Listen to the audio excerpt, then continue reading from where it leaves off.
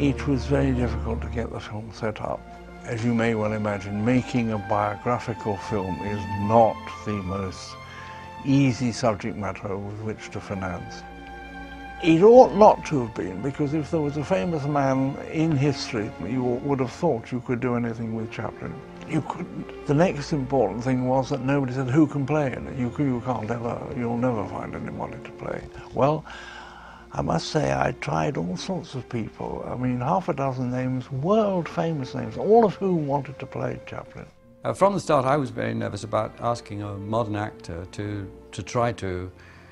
It's one thing to impersonate Chaplin in real life, that's okay, but to impersonate Chaplin as Charlie, as the actor, it's really asking a lot because he was unique. But into the CAA offices came a madman one day with spiky black hair and rushed into the room and said, "You're Richard Chaplin?" Yes, said, "My name's Robert Downey. You may not know me, but I shall be more famous than you've ever been ultimately because I shall play Chaplin. You realize I'm going to play it, do you?" And this is all in an office with secretaries and so on and so on. And I said, "Well, no, but I'm delighted at the possibility." Well, of course, he had a touch of genius. He was a remarkable, remarkable performer. And he worked. I mean, his ability to capture the Chaplin mannerisms, the walk, the manner in which he spoke and so on was miraculous. And once having done a test, the money came straight away. It really was because of Robert Downey. There was in that performance something else. I thought there was a kind of wistfulness in the performance, kind of almost stunned quality sometimes as he sort of embraced this rapid rise to gigantic stardom, gigantic celebrity.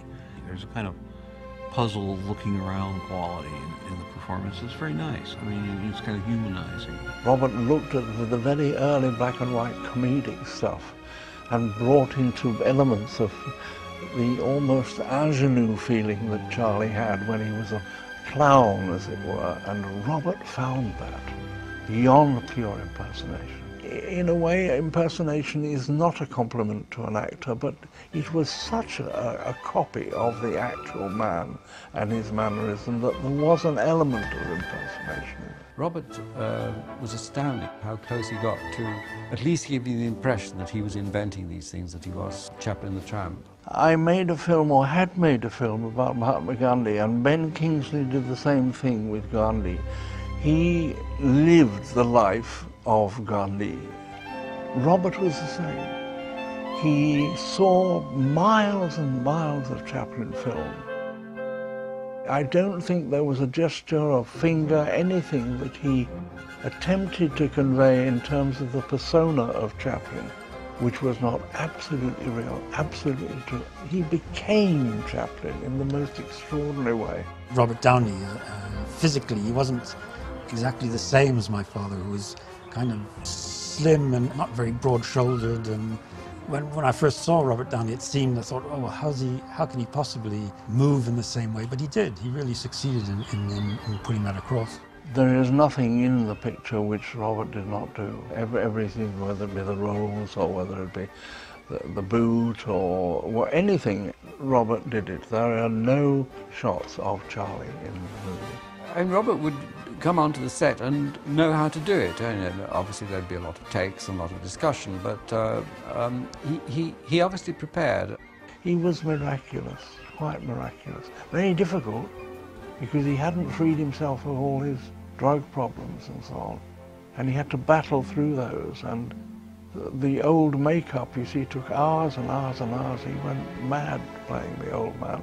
About 6 hours makeup, and then have to go on the set and play a scene. But his concentration was such, an actor's concentration, that he managed that. A big saving grace to the movie Chaplin is Robert Downey's performance. The film was never quite what I intended it to be. There was a certain theatricality about parts of it which I regret. I got to a point whereby this whole question of the Oscars and so on, as I say, I think was an intrusion outside the essential elements within the subject matter that I wanted to make. But either I agreed or there was no movie. I mean, we literally got to that point. It was devastating. The Tony Hopkins figure only came into the script within 2 or 3 weeks of shooting. And it buggered the film, really, I think.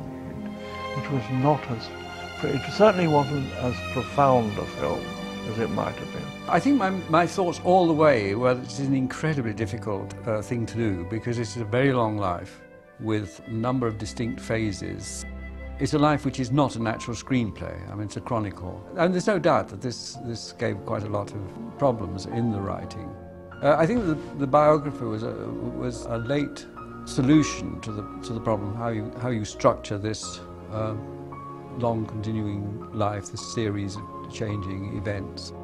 It's hard in a biography really to include everything, the work, the person, to bring all that together is difficult, but I think it's a very honest film. It doesn't make anything up. It sticks to the story of his life, and it tries to give a picture of his life. And I think a lot of people who saw the film said to me, well, I never knew he had that kind of life.